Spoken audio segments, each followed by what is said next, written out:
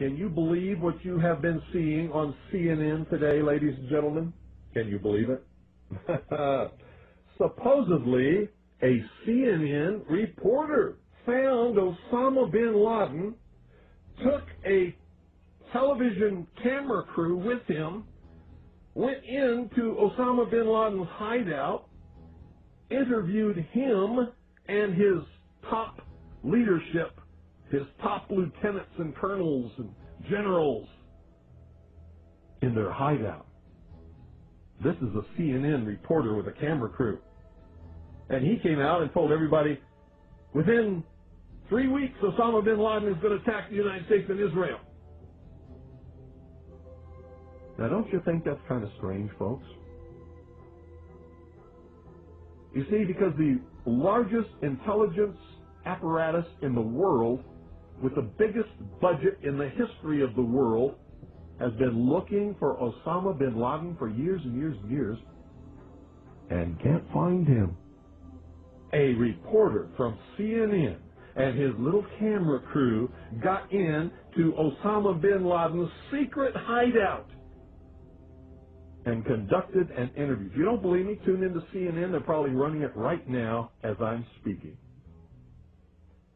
And if you believe it, you are one of the stupidest jerks that ever lived on the face of this earth.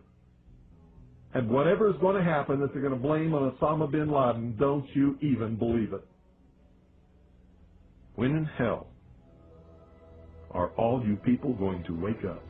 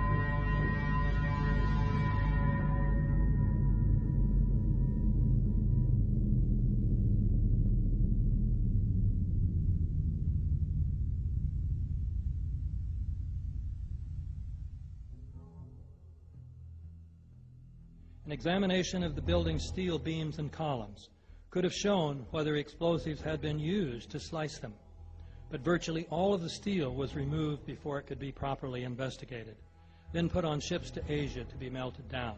It's important for us to not reveal how we collect information. That's what the enemy wants.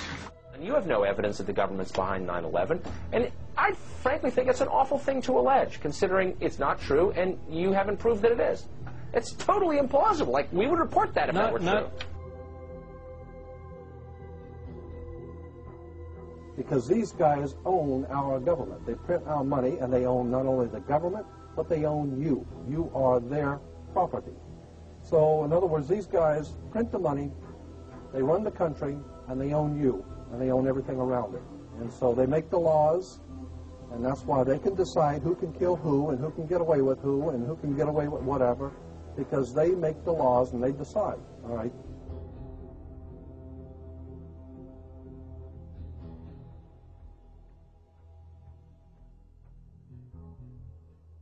On that day, what did the president say to you? The president, in a very intimidating way, left us, me and my staff, with the clear indication that he wanted us to come back with the word that there was an Iraqi hand behind 9/11, because they had been planning to do something about Iraq from before the time they came into office. Did he ask about any other nations other than Iraq? No, not at all. It was Iraq, Saddam, find out, get back to me. And were his questions more about Iraq than about Al-Qaeda? Absolutely. Absolutely. He didn't ask me about al-Qaeda. And we said, but Iraq had nothing to do with this.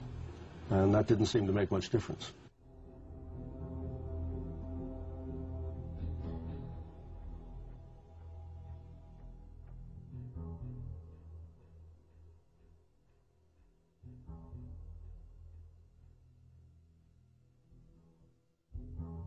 And we'll continue to work together to achieve peace. That's what we want. Freedom and peace. Look at the Council on Foreign Relations.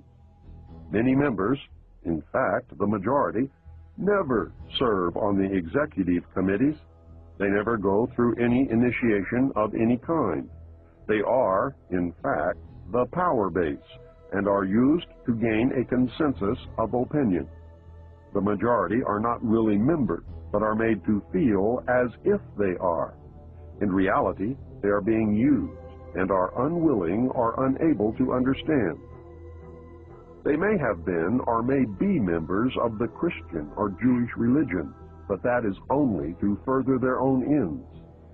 They are, and always have been, Luciferian and internationalist.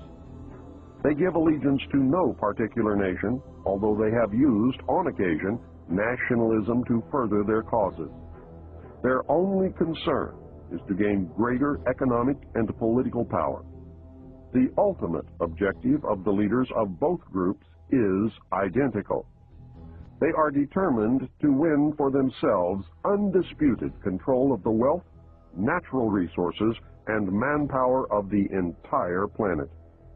They intend to turn the world into their conception of a Luciferian totalitarian socialist state.